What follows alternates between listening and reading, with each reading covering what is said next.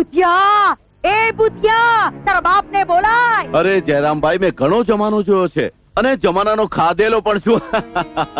એટલે જ કહું છું કે ભાઈ છોકરા છોકરીઓને શરૂઆતમાં તો સારું જ બનતું હોય છે, પણ લગ્ન પછી અણબનાવ થાય, ઘર કે કુટુંબ ભંગ થાય. જો આવું કઈ બનવાનું હોય ને તો પહેલા જ ખબર પડી જાય. હા, આ બટાકાના ફોડવા કરતા આટલી વાર ફોડવા કરતા કરતા કઈ સાંભળતા હતા? ફોડવા કરતો તો કે બીજું કઈ સાંભળતા હતા? કયું ને ફોડવા કરતો તો? કે ફોડવા કરતા હતા. કાન તો ખુલ્લા હોય ને, સંભળાય ને. સાંભળ્યું હોય તો ખબર પડે ને કે તમારા ડોહાની મતી ફરી ગઈ છે. શું બકવાસ કરે છે? ભક્તિ નથી. કડવી ભલે કડવું બોલતી પણ બોલે છે સાચું. આ મારી ઉપર શું ખીજાવ છો? તમારા ડોહા ઉપર ખીજાવ ને. શું કર્યું છે એમને? આ ઓલી લટુડા પટુડા કરતી ઘરમાં આવી છે ને, એને લગન પહેલા ઘરમાં રાખવાની વાતો કરે છે. શું? હા, સમજાવો, નકર ઘરની આપણા ધડાકડા આખા ગામમાં ઉડશે.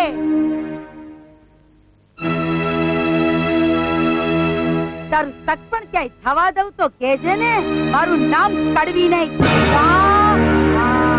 બાપુજી, મેં સાંભળ્યું કે તમે ઓલી છોકરીને લગન પહેલા જ આ ઘરમાં રાખવાની વાત કરો છો. તે તારા કાનો કાન નથી સાંભળ્યું, પણ કોઈએ તારી કાન ભમેણી કરી પણ છે. તમને ખબર છે, મારા સાળાના છોકરા સાથે 6 મહિના સુધી સગપણ ચાલુ રાખી પછી મૂકી દીધું છે. કોણે? ઈ છોકરીએ? કારણ કે તારો સાળો જુગારીઓ છે અને તારા સાળાનો છોકરો દારૂડિયો અને રખડેલ છે. રખડેલ. આમ તો સંજય પણ રખડેલ જ છે ને. ઈ ક્યાં કમાવા જાય છે બોલો? 5 પૈસા કમાતા એને આવડતા નથી અને તમે એના લગ્ન કરાવવા માંગો છો. હા, કારણ કે મા બાપ વગરના છોકરાની ઉંમર થાય ને એટલે એના લગ્ન કરવાની મારી ફરજ છે. ફરજ. પણ ઉંમર થયા પછી ગધરાવાની ફરજ મારી નથી. એટલે તું કહેવા શું માંગે છે? કાલ ઉઠીને જુદા રહેવાનો વારો આવે તો 2 જણાનું પૂરું કોણ કરશે? તો કાન ખોલીને સાંભળી લે દીકરા. આ ઘર, ખોડું, જમીન જાયદાદ ઉપર જેટલો તારો અધિકાર છે, જેટલો તારો ભાગ છે, એટલો ઈ છોકરાનો પણ સમજો. ને મારી સાસુના 50 તોલા દાગીનાનું શું?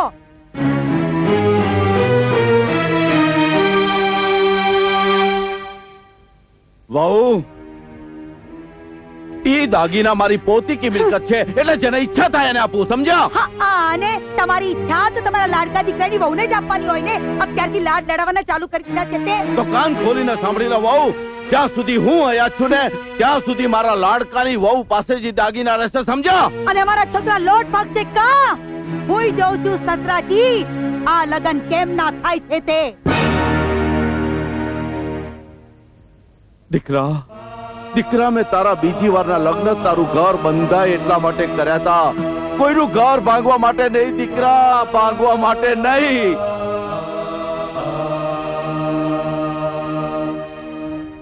ડોહલા, તારી હૂક ના બગાડું તો મને કે આ આઈ જ્યાં ધ્યાન ત્યાં આડા ને આડા. રાધવાના ટાણે પૂજાઓ કરવા જાય છે. માણાની પૂજા ઓછી પડે છે કે પાણાની પૂજા કરવા જાવ છો? અલ્યોય, આશ્રીને માન તો પતિ એ જ એનો પરમેશ્વર. તાર તો પતિ છે નહીં, પછી કયા પરમેશ્વરની પૂજા કરવા જાવ છો? હા,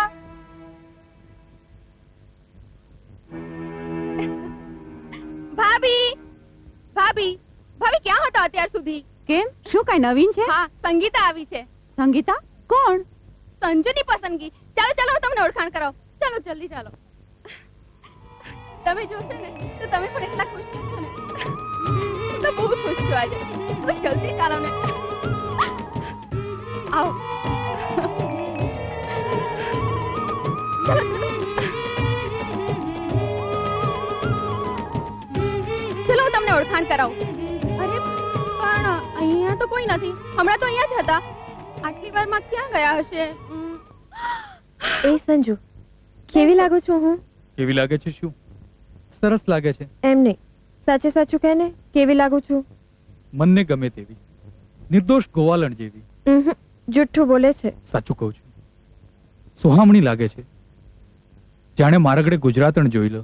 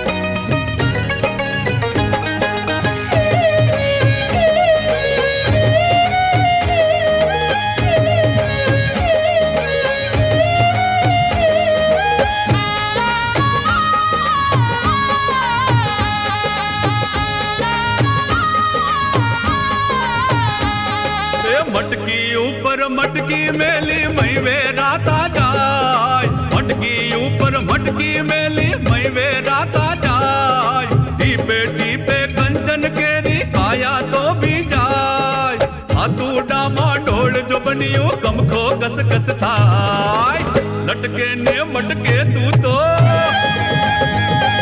ઓ લટકે ને મટકે તું તો હાલે રે ગોવાલા,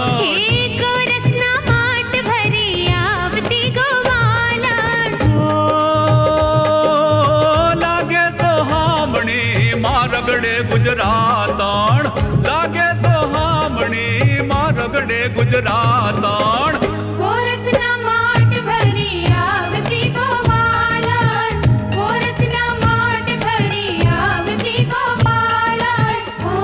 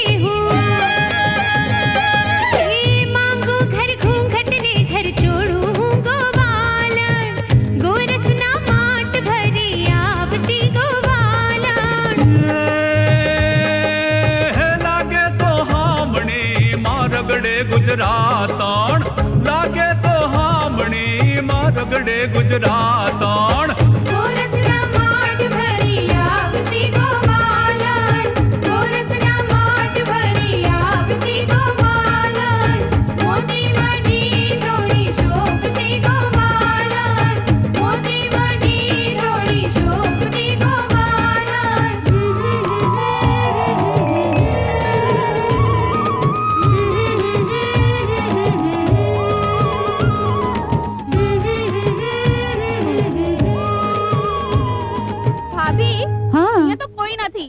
લાગે છે કે નીચે ગયા હશે. ચાલો આપણે પણ નીચે જઈએ. ચાલો ચાલો ચાલો.